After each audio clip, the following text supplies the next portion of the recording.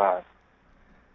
All right, 97.7 Outlaw Radio FM listeners, you already know what time it is, and right here, right now, we actually have a legendary hip-hop artist right here live on the line. We got the one and only Mr. Voodoo, who is a founding member of the amazing group Natural Elements. How are you doing this evening, Voodoo? Peace, peace. Everything's good. What's up, Canada, Montreal, Toronto, all y'all good people out there. What's up, y'all? Hey, man, I appreciate the love, man. Down here in Canada, we're good. We're just going through our regular summertime, man, enjoying the heat. Wishing we had winter back, but other than that, man, just... Yeah, get that, get to play some hockey. Yeah, it's weird. Down here in Canada, man, we complain about the snow when the snow's happening. We wish for the summer, and then it's vice versa, man, when summertime comes. We get the heat, and we want the winter back. Yeah, man, it's human nature. That's the way we are, you know? But Voodoo, I know you're a very busy guy, man, so I'm going to dive right into this interview, man. But I want to take you back to the early 90s where you were originally a co-host on Jay Smooth's Underground Railroad radio show that actually aired out there in New York City on WBAI 99.5. I was wondering if you can actually tell our listeners a bit more about that experience, and of course, how did you originally land that co-host position? Yeah, sure. That was actually a very special time for me. I enjoyed being there very much, and I always take the time to give supreme props to Jay Smooth for allowing me the opportunity to exhibit my skills and basically do something positive, you know, the streets and all that stuff. So basically, that's what it was originally. A mentor of mine who's no longer here, named Rosalind Blair, was tapped into WBAI, and she knew the program director, and the program director had expressed to her if she knew any young people or, you know, that would be willing to intern. He has another young brother there that is doing a hip-hop show, or rather getting ready to do a hip-hop show, and, you know, he probably needs some help in, you know, doing different things, conducting interviews, you know, boots on the ground type of stuff. And so she thought of me because what it was that prior to that, she was charge of a youth group called Yahweh, and we would perform and we would go different places and do different things. And she knew that I rapped. She had known about my studio trips to the Bronx and, you know, being with Charlemagne and all of them, and she knew that I was just basically in the infancy part of it. I wasn't really out there. So she said, "Listen, I got an opportunity for you, and you know, I seized the opportunity, you know." And what happened was I just basically was there, like I said, boots on the ground, learning the ins and outs of the station, you know, how to mess with the tape, because at that time we had to cut tape, and, you know, we didn't have as much of a digital thing as we have now. So I was learning those things, and, you know, learning the mic and learning the technical aspects of it. And you know, eventually we got to a point where, you know, I got on the show, and I would kind of just play the background because he had a co-host named Trevor Baldwin, who was Z Black at that time.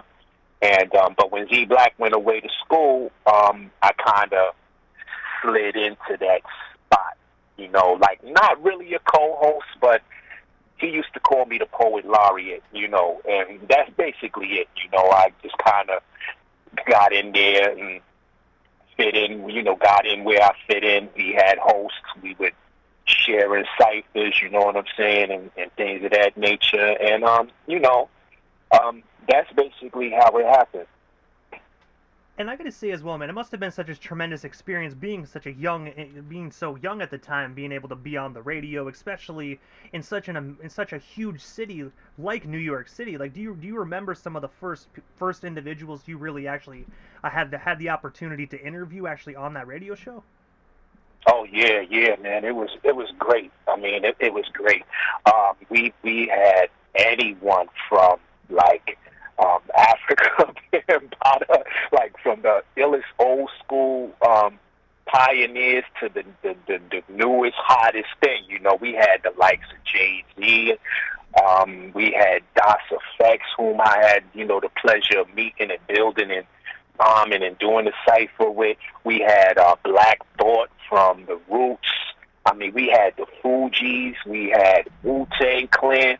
And I'm bugging out. Like, yo, these is all the dudes that I'm kind of like, I didn't, at the time, people were like, they're your peers, but they weren't my peers to me. They were more like people whom I looked up to, you know what I'm saying, in terms of what they were doing, and I was striving to do what they were doing. So it was surreal.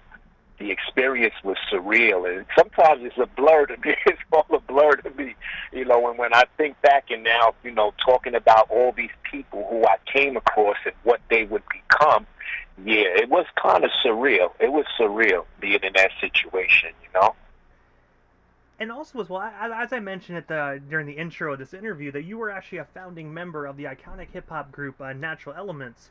I was always wondering, man, what is the story behind that group? And, of course, how did you actually get connected with the other members? Because, in my personal opinion, you guys did some phenomenal things, man. Definitely one of the most iconic groups to ever grace East Coast hip-hop. Thank you. The thing about Natural Elements and why it seemed so natural was because we were actually always rhyming together. Before Natural Elements formally became a group, we were sort of a clique of artists under one umbrella who would basically go uptown to the Bronx. My man Charlemagne was there from the very start, and we would just rhyme together. And then naturally, when we started going the independent route, and I'd just take them with me, and I would just put them on. Yo, I'm doing a show. Y'all want to come? Yeah, let's go. Get on the stage, rhyme, do your thing. You know what I'm saying? And so, in that aspect, we were always really together. As a clique and as an informal group. We didn't formally become a group until about, I think, maybe 9-5, it could have been. Now, 9-4, 9-5, I came out with the first single, Come Off Hard, and the flip side was 45, Kicking It Live. Now, from that point, what it was that was the culmination of years of me going to the studio on the weekends, doing songs, honing my craft, honing my talent and my skill, and then it got to a point where they felt that I was the guy that could be the introduction or the jump off, to just start off everything for the group. And so that's how the solo thing came about. So, after that, we came out with the compilation album because it was always in our minds that Natural Elements thing. You know what I'm saying? That Natural Elements thing. And we were kind of inspired by Wu-Tang at the time and how they were moving. So we always had that in mind. So after that single was released, we did a compilation, which was supposed to be an introduction to the clique. And it was an informal way of saying, hey, look at Natural Elements. That compilation included guys that you may be familiar with, but the audience may not. Like we had my man Tim the Intimidator, G Blast. That also was the debut for K.A., who everybody knows, of course, is Ka, who's been doing phenomenal stuff of late, and L Swift. And so that was the informal introduction of Natural Elements to crew. Now, in between that, after all of that, in between that time and the second single, I had kind of veered off to try to pursue a major label deal because I had some offers and I had some things in the works as a solo artist. So me and my manager went and pursued that. That was about maybe a year or so process. But it didn't really transpire into anything. The labels were kind of shaky. And I mean, for all its work, we talk about the golden era and the 90s and things like that. But some of the issues that we see now have always been around. It's a part of the industry. It's a part of the business, and those things have always been around. So the artists that you feel that should be getting their just deserves and getting on, sometimes it doesn't happen because of industry politics and things of that nature. So nevertheless, after all of that, we came in, we did the second single. By that time, a lot of things had transpired. I met A Butter was now a part of the collective. Essence was now a part of the collective. We had did a demo deal with Def Jam, where my man K.A., or who is better known as Ka now, was a member of the. Okay, and let me get to that. The Def Jam deal, okay, and not to confuse everybody, but the Def Jam deal was the first time that Natural Elements was going as a formal group. Dante Ross approached us for a demo deal on Def Jam that we would possibly turn into a real deal. So he said, listen, I don't need soloists, but I've seen you guys perform together, so why don't y'all go in the studio and try to do things as a group? So naturally, since we already had Natural Elements as a collective, I said, okay, well, let's make the group Natural Elements. Let's make it a formal thing. And the first members of that group as a formal group was myself, L. Swift, and Ka. Those were the first. That was the first core membership of Natural Elements, and we did a couple of songs that have been circulating on the internet for a while now. But we did a couple of songs. Of course, the Def Jam deal didn't pan through, so we kind of didn't really go separate ways. But Ka was like, I'm going to go do my thing with my man R. Brawl, and he formed his group Nightbreed, and me and L kind of went on the side, and that's when the next single came about, and that single was Lyrical Tactics, and with the Hemlock on the flip side, and Shine.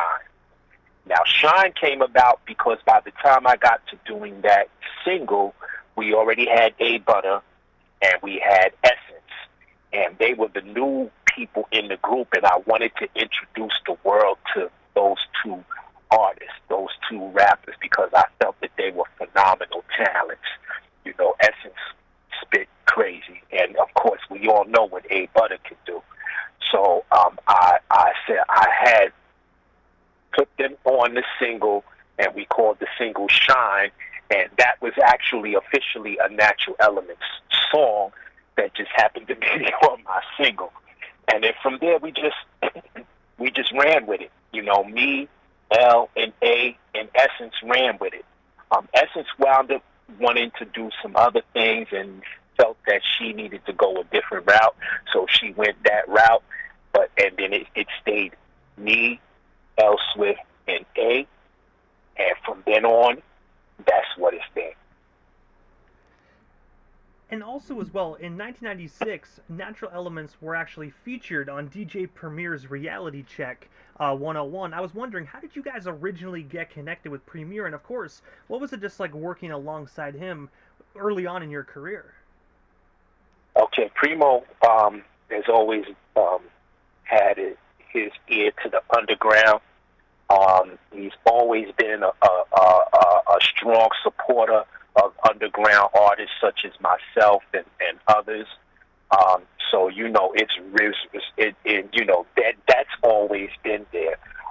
Primo actually was one of the first dudes to actually break the first single, "Come Off Hard."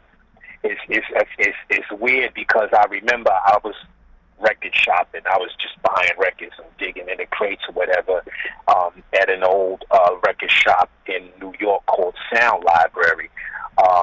And Primo just happened to come in there. And, so, we're talking. We've met on other occasions where, we're talking and we're talking about that. And, I was like, you was like one of the first DJs to break that besides like Jay Smooth and the other guys. I mean, you was like prime time, and you showed that love. And he was like, yeah, word, I remember that. I really like the way that relationship, that kind of informal type of indirect relationship was always there. He was always supporting, playing the records or whatever. So when he had a chance to do his mixtape, which was like Hip Hop 101, where he's displaying to people, look, these are artists that you should be looking at.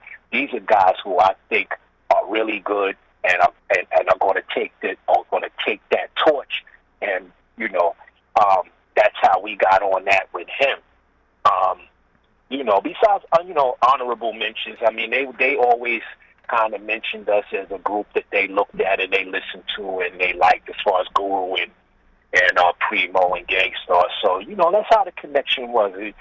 Basically a real indirect thing, like he knows about us, and he plays the records, he likes what we do, we see him here and there, and, we always, like just kind of build or whatever. But that's how it went down. And I have to ask, was that the only time that you guys actually had the opportunity to work with Premier, or did you guys actually meet back up later on within your careers? We never got, we never got a chance to work with him, in terms of, anything as far as production or getting in the studio or collaborating, I mean, that's one of the bucket list things, but, we never really got a chance to work with him. There was a time when we were signed to Tommy Boy that there was talks that it might be something, but the closest, I've ever got to being in that realm was when I recorded the Final Conflict, which was Lyrical Tactics Part 2 with Alchemist. We recorded that at D&D, and Primo actually happened to be there at that session because he had a session with another artist. As a matter of fact, I think it might have been Nori. He might have had a session with Nori at that same night, and he came into the studio and listened and was kind of like digging it, and and so that's the closest that we've ever gotten. So it's on the bucket list. I hope one day we can. And I know you mentioned earlier on in the interview that Natural Elements actually did some work with Def Jam, but in 1998, Natural Elements actually inked a deal with Tommy Boy Records, and I was wondering, from what you can recall, how did that record deal actually come to be for you guys? And of course, what was it like just working at that label during those times? Okay, yeah, at that time it was all a blur. I had so much going on with my personal life and things like that, that it was like a whirlwind, and it happened kind of quickly, I think, because what it was that when we got so much positive feedback from Shine, where people were like, yeah, man, y'all need to do some more stuff. We want to hear more from the group. We got on our grind. We got into the studio. We did all-nighters. We did whatever we had to do, and we started just recording tracks. We recorded tracks at my man Kenny Diaz's crib in Williamsburg and Brooklyn. I mean, wherever we could do. And then, so once we had all of those tracks together, we had a pretty decent demo, And so my manager, who happened to be Trevor Baldwin, Z Black, who I mentioned earlier, he became the manager for Natural Elements. And him, in conjunction with Theo Saddlemeyer, who's a very known entertainment lawyer now, they basically took the demo and began to shop it around the labels. We got a really solid deal with Tommy Boy.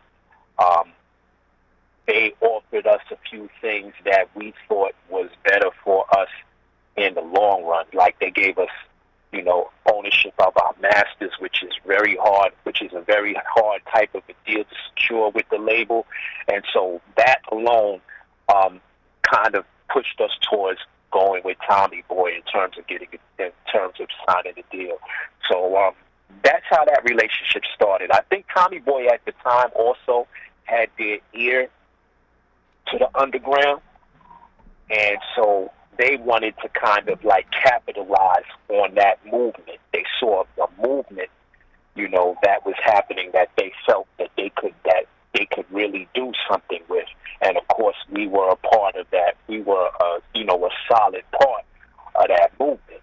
And so they snatched us up in that deal, and that's how the deal with Tommy Boy came about. And also as well, the one last Natural Elements question I have is personally one of my favorite songs that you guys actually ever did that was actually featured on the Jet Li movie soundtrack Black Mask. Actually, I was wondering if you can actually tell our listeners the story behind Live It Up, and of course, how did that soundtrack opportunity come to be for you guys?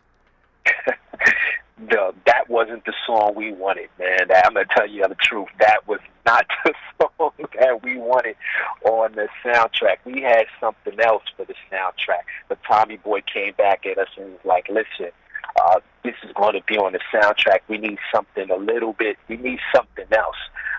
And so Charlemagne, of course, who is always the foundation of everything, that we did at that time with Charlemagne. He provided the soundscape for everything. And so he came with a really crazy beat, and we was like, yo, this is crazy, this could be it, because the other thing, Tommy Boy, was we were having certain issues with, and so we did that. And I remember it, we went in, we got the beat, we went in, and I forgot who came up with the hook. I think maybe A or L came up with the hook, and they was like, yo, this is how we gonna do it. We be living, and he was like, yeah, and then, we just kind of vibed, and we had our verses, and we banged it out in the studio, but it wasn't originally the one that we wanted to go with for that soundtrack. But when we went back in to do Live It Up, it came out dope, and everybody loved it. And it turned out well, And I gotta say as well, me personally, I always think that this song will forever be solidified within hip-hop, man. Definitely a banger and always will be. Thank you. Thanks. We just was doing our thing at the time. We never, really thought of that. Like, our whole thing was always just to make sure that we maintain the standard that we set from day one. Putting out quality stuff, putting out quality shit, making sure that the lyrics is on point, the beats is right, everything is correct, and so, yeah, that feels good, And also as well, in the year my apologies, Voodoo. No, go ahead, it's all right. I was going to say, in the year 2000, you actually 2002, you co-founded Hemlock Records. I was wondering if you can actually tell us a bit more about this label, and of course, who is currently signed to you today in 2022 over at Hemlock? Okay, Hemlock is a concept and an idea that I've had for a very long time.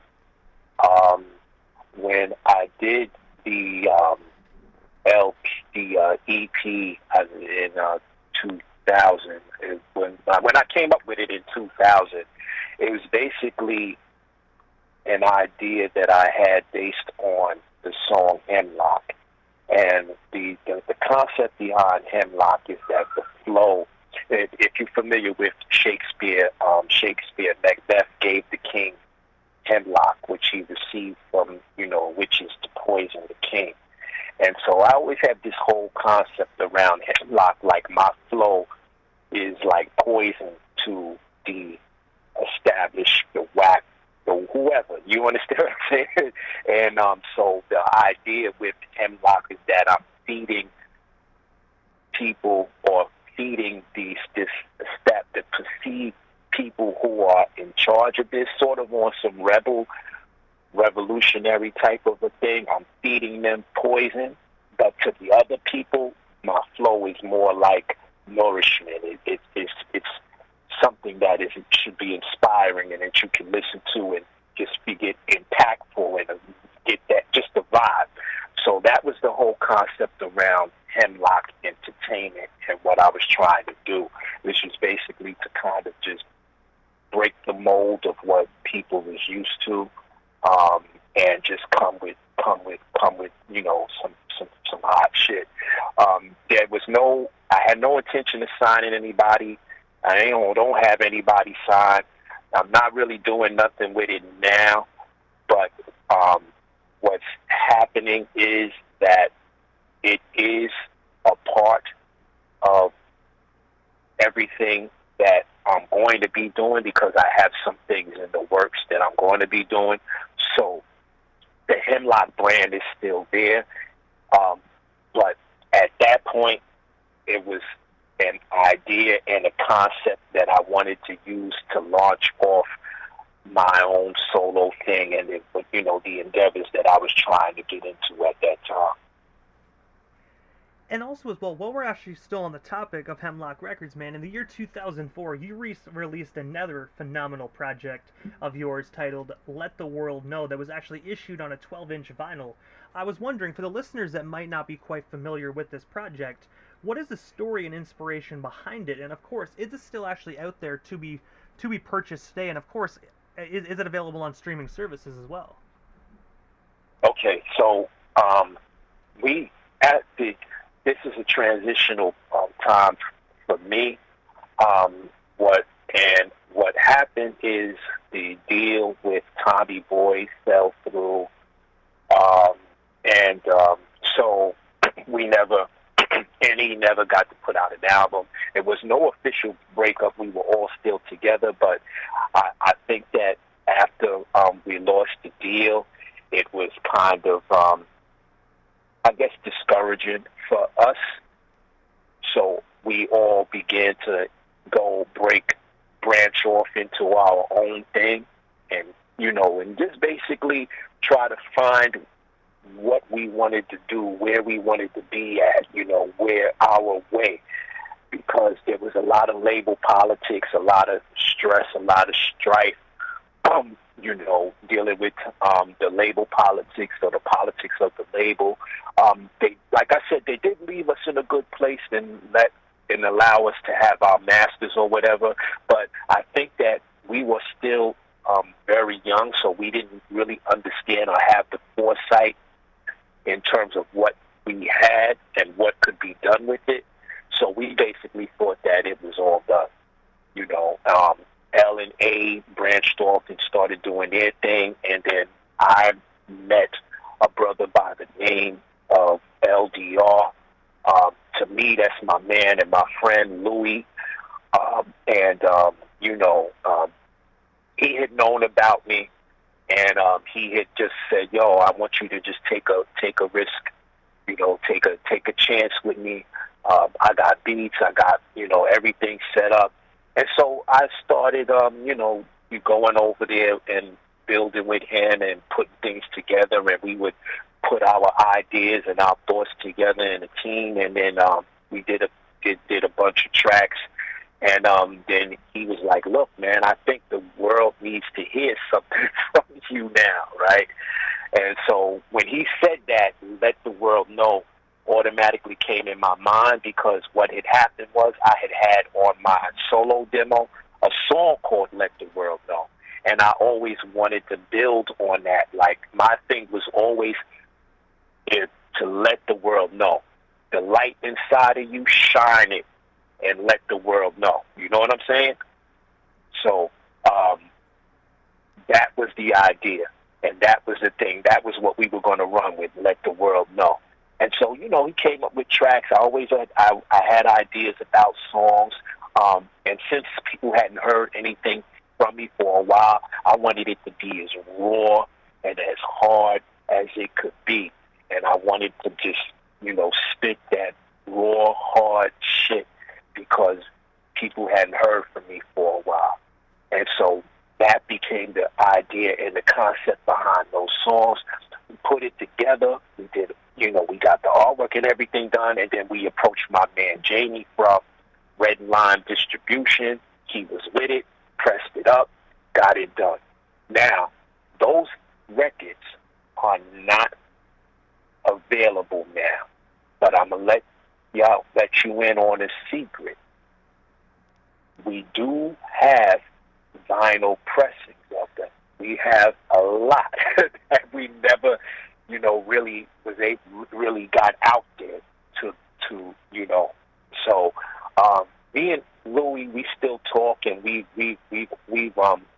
definitely discussed maybe re-releasing the vinyl and maybe doing a streaming situation. But as of now, it's not available anywhere. And if you have your hands, and you actually happen to have one, you might have your hands on in your possession a collectible. At least until we decide what we're going to do with the rest of them. You know what I'm saying? And when you mentioned a few moments ago how you kind of went back to the Tommy Boy situation, the one thing I have to mention, man, is I personally think that they actually entirely dropped the ball on you guys, man. How they kept, unfortunately, shelving your guys' debut album. You guys had such phenomenal chemistry together in that group that I think if they would have actually released that album on Tommy Boy, I really do think that it definitely would have did some tremendous numbers. That's it. And you know what it is, and I'm gonna go all the way back to what I was saying earlier about the era that we came up with, and how people need to understand that the ills of this industry, some of the things that we are highly critical of the industry doing and being like now, those same things existed back in those days. They existed then, and they persist and exist today. And so when you're dealing with labels, you're dealing with a lot of politics, you're dealing with marketing, promotion, and I think that with Tommy Boy, they have a history. And so with Tommy Boy, their history in hip-hop sort of made them feel an entitlement, like they didn't need to really push artists, and they didn't really need to do, because with Tommy Boy, look at our history. Look at who we have. We got Naughty by Nature. We got De La Soul. We got, we've been in hip-hop since day one, Soul Sonic Force and the Zulu thing and all of that. So they have a history. And so they knew and understood the business side, but they didn't understand how the business was changing, and maybe that left them a little bit. And so when it came to an artist like us, where all you're required to do is basically just put the stuff out, because it'll speak for itself. We have the following. We'll do the work. We was willing to do the work. They really didn't understand that. They didn't know what to do with us. There were no gimmicks. There wasn't anything that they could really use they felt, to market us. But we tried to explain to them that you don't have to market us. Our music, our vibe is our marketing. But, that's the politics of the industry. They didn't really understand that. They didn't really know how to work a group like us in that context. And so that became the issue. They kept saying, "Oh, the album is dope, but we need, we need this, we need a hit, we need this, that, and the third, we need a single." Those type of things that still go on today. Still are things that artists are dealing with now. But I have to ask. I know we're jumping right ahead in the timeline here. But what is next for yourself, Mr. Voodoo? Is there anything we happen to miss during tonight's interview? Anything else you do still want to talk about or promote? We still got you here live on the Canadian FM dial this evening. Yeah. Once again, peace Canada, peace Brooklyn, peace New York, peace the world. Everyone that's ever supported and listened and vibe to what myself and my comrades have done. Like, y'all are the reason why I'm here doing this interview now, and I'm still here, and I'm forever, ever grateful and appreciative to all the love and support that we've received. Much of it unsolicited. Just people like yourself and others that just loved what we did, and were impacted in a positive way by what we did. So I just want to send that strong thank you and, much love and appreciation for that. Now, in terms of Natural Elements, we are supposed to be getting back into the studio pretty soon to do some things. And how that is going to be released and how that is going to be, given to the world, we haven't gotten to that yet, but we are definitely going to be going into the studio very soon to commit or to get back to doing what we do. Myself, I have a couple of things in the works. I've got a special project that I did with a young producer by the name of Freckle Dragon. It's sort of a story. It's an interesting concept. I've got some. We linked up. I've known him for quite some time. I've known him since he was a kid. He used to come up to the studio with L and watch us do what we do when we were doing it. With Charlemagne and all. And now he's making beats, and they're pretty solid. He's producing. It's pretty solid. It's sounding good. So I connected with him, and we got something that's tentatively called Language Arts, and the concept behind that is just basically language arts. Hip-hop is a language. It's an art, just like any other art, language arts. And so it was basically inspired by an old school rapper by the name of Ramel Z, an interview that I heard him given before he passed, and he talked about language wars and the Indo-European language trees and all of that stuff, and it just resonated with me, like these languages, this language that I take that, culturally or historically is not merely my native tongue, but we have the history that we hear, and this was the language given to us, and this is how we were able to flip it and use it, and that became a concept for me. And me and my man Freckle Dragon got together and kind of built a sound, a thing around that concept. So I've got that in the works. I actually completed the songs and the tracks for that. So we're just working on all of the little things here and there in the business aspect of it before we release that. And a reunion with Charlemagne. Me and Charlemagne will be in the future. We will be getting together. We will be reuniting. To do some things. I mean, we've already put out some little teaser trailers about it.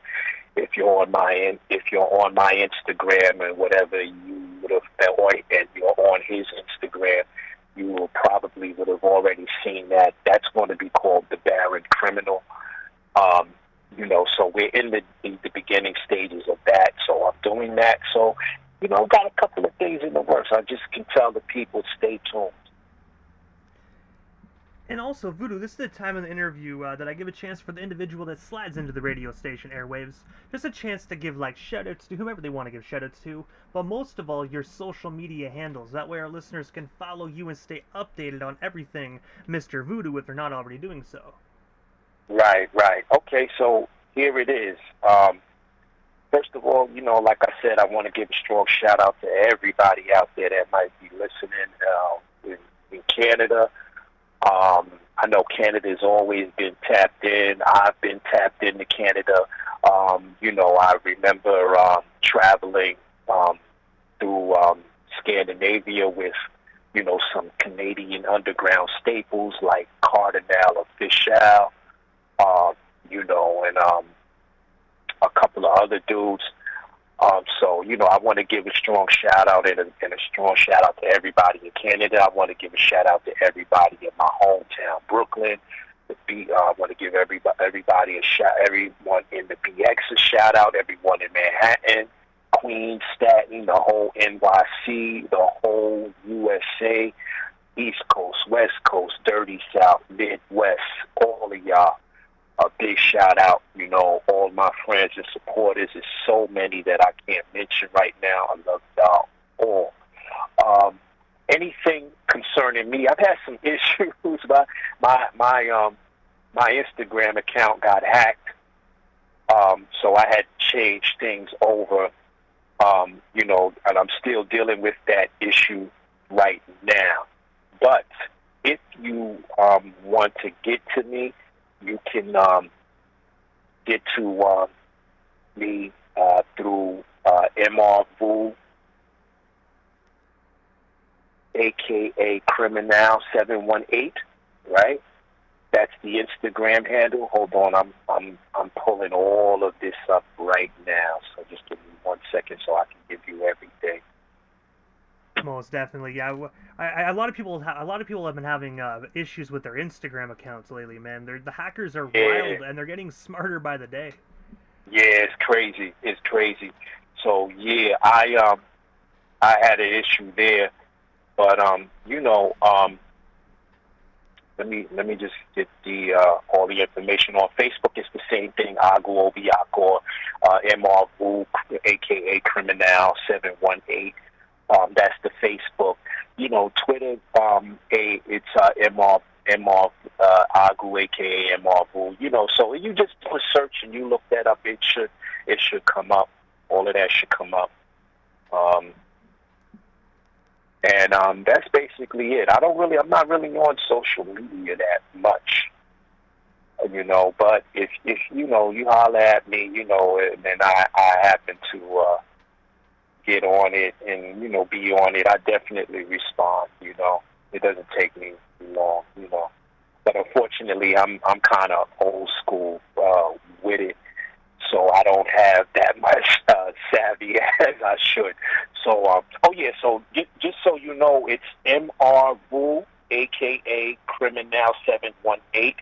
Criminal is spelled KRHYMINAL 718. So it's MR VOO, a.k.a. KRHYMINAL 718. That's my Instagram. The Facebook will basically be the same thing. Agu Obiakor, MR Vu, a.k.a. Criminal 718. Once one thing segues into the other, so, you can hit me up on there. And also, look on there for any updates on any new projects and new things that I'm doing. But I gotta say, first and foremost, Voodoo, thank you so much, man, for just giving us a bit of your time here this evening, sharing some amazing stories, and just telling us what's next for yourself, and of course, Natural Elements, man. It was truthfully an honor to interview one of my favorite MCs to ever grace East Coast hip hop, and I really hope down the line we can make this happen again sometime soon, man. But thank you again for giving us a bit of your Friday night. Thank you very much for having me. And there, definitely, man. You'll be one of the first people I will definitely get tapped into and let you know what's going on when I have a new project or anything going on with NE and Mr. Vu.